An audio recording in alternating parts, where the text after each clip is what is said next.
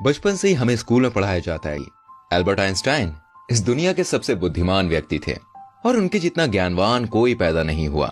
पर आप जानते हैं, भारत में जन्मे वशिष्ठ नारायण सिंह ने आइंस्टीन की मशहूर रिलेटिव थ्योरी तक को चुनौती दे दी थी। कौन थे वशिष्ठ नारायण सिंह? क्यों इनके बारे में हमें नहीं पढ़ाया जाता, न इन पर कोई किताब लिखी गई? वशिष्ठ नारायण का जन्म 2 अप्रैल 1942 को पटना के बसंतपुर गांव में हुआ। उनके पिताजी एक पुलिस कांस्टेबल थे और 5 भाई बहनों के परिवार में आर्थिक तंगी हमेशा डेरा जमाए रहती थी, लेकिन इससे उनकी प्रतिभा पर कभी कोई ग्रहण नहीं लगा। वशिष्ठ नारायण एक चाइल्ड प्रोडिजी थे और उनका दिमाग बहुत तेज था, इतना तेज कि उन्होंने गरीबी तक को पीछे छोड़ दिया। उन्होंने अपने बलबूते पर पटना यूनिवर्सिटी में एडमिशन लिया।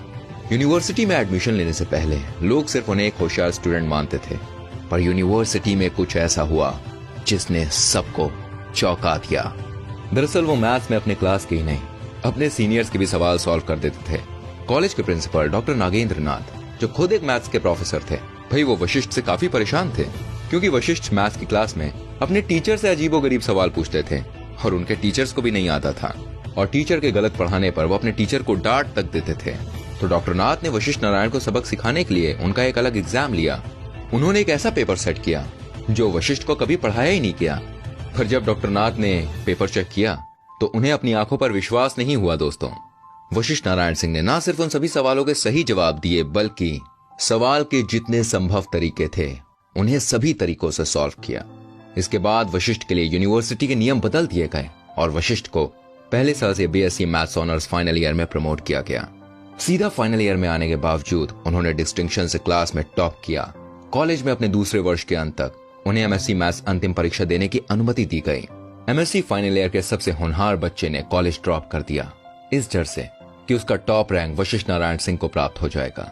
वशिष्ठ नारायण सिंह जब पटना साइंस कॉलेज में पढ़ते थे, तभी कैलिफोर्निया विश्वविद्यालय के प्रोफेसर जॉन कैली की नजर उन पर पड़ी। कैली ने उनकी प्रतिभा को पहचाना और 1965 में वशिष्ठ नारायण को अपने खर्चे पर अमेरिका ले गए।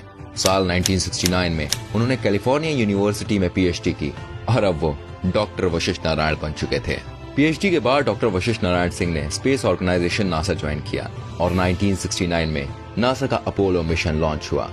जी हाँ, वही अपोलो मिशन जिसने इंसान को चांद पर पहुंचाया था।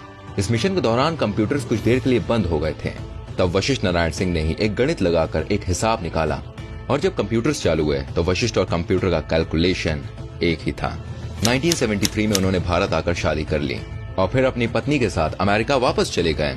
जिंदगी में सब कुछ बढ़िया था। फिर एक दिन उन्होंने अपने जूनियर की एक गलती पर उसे एकदम से इग्नोर करना शुरू कर दिया और वो काफी चिड़चिड़े होने लग गए थे, इतने चिड़चिड़े कि वो पहले कभी नहीं हुए। तुरंत उन्हें एक मनोचिकित्सक के पास भेजा गया। तब पता चला कि वो अर्ली स्टेज सिजोफ्रेनिया से पीड़ित हैं। इसके बाद उन्हें कुछ चिकित्सीय दवाओं को लेने को कहा गया।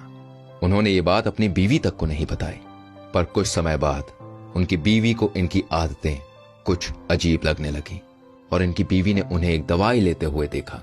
तब उन्हें और उनके परिवार को इनकी मानसिक अवस्था के बारे में पता चला। वशिष्ठ नारायण और उनकी बीवी कुछ दिन अमेरिका में ही रहे, पर अच्छी जॉब और अच्छी लाइफस्टाइल के बाद भी उनका दिल हिंदुस्तान के लिए धड़कता रहा और 1974 में वो वापस भारत आ गए। वो यूएसए से तकरीबन 10 बक्से भर के किताबें लाए। लौटने के बाद उनकी फैमिली ने डॉक्टर्स की सलाह के खिलाफ उनकी दवाइयों को बंद कराया। वो पहले आईआईटी कानपुर, फिर आईआईटी बम्बई और फिर आईएसआई कोलकाता में प्रोफेसर रहे। इस दौरान उनकी मानसिक हालत काफी बिगड़ने लगी। हालत इतनी बिगड़ने लगी कि इनकी बीवी ने वापस मायके जाने का फैसला किया। 1976 में इनकी पत्नी ने इन्हें डाइवोर्स दे दिया। बीवी के इस फैसले ने इन्हें एकदम तोड़ कर रख दिया। उन्होंने खाना पीना सब छोड़ दिया और वो पहले से ज्यादा हिंसक होने लगे। इनकी हालत से परेशान होकर घर वालों ने भी इन्हें कांकी मेंटल असाइलम भेज दिया। असाइलम के दौरान उनका इलाज हुआ और उनकी हालत में सुधार देखा जाने लगा।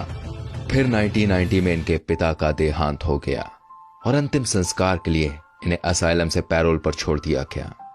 वशिष्ठ ने वापस असाइलम जाने से मना कर दिया और जैसे कि उनकी हालत में काफी सुधार था, उन्हें असाइलम से डिस्चार्ज कर दिया गया। उनके भाई अयोध्या सिंह आर्मी में थे। उनकी पोस्टिंग पुणे में हुई तो वशिष्ठ नारायण भी उनके साथ पुणे चले गए। 1991 में ये चेकअप करने के लिए रांची के लिए निकले और बीच रास्ते में ट्रेन से गायब हो गए। उन्हें खूब ढूंढा गया पर कोई पता नहीं चला। 4 साल बाद वो अपनी बीवी के गांव के पास कूड़े के ढेर में मिले। तब से उनके परिवार वालों ने उन्हें अपनी नजर से दूर नहीं जाने दिया। नासा में काम कर चुके और पटना यूनिवर्सिटी के नियम चेंज करवा चुके वशिष्ठ नारायण अपने डिस्ट्रिक्ट में काफी मशहूर थे। इस हादसे को लोकल न्यूज़पेपर ने रिपोर्ट किया और सरकार को इनकी सहायता करने पर मजबूर किया। पहले इन्हें बेंगलोर स्थित निमहंस यानी national institute of mental health and neuro sciences में भर्ती किया गया। उसके बाद दिल्ली के IHBAS यानी institute of human behaviour and allied sciences में इनका इलाज चला। 2009 में ये वहां से भी बाहर आ गए और घर पर रहने लगे। गुमनाम, सिर्फ अमेरिका से लाई किताबें पढ़ते रहते और पेंसिल से पेपर पर कुछ ना कुछ लिखते रहते। 14 नवंबर 2019 के दिन पटना में उनका निधन हो गया। उनके निधन के बाद सोशल मीडिया पर एक फोटो बहुत तेजी से वायरल हुई, जिसमें उनके परिवार वाले सरकारी एम्बुलेंस के लिए परेशान देखे जा रहे थे।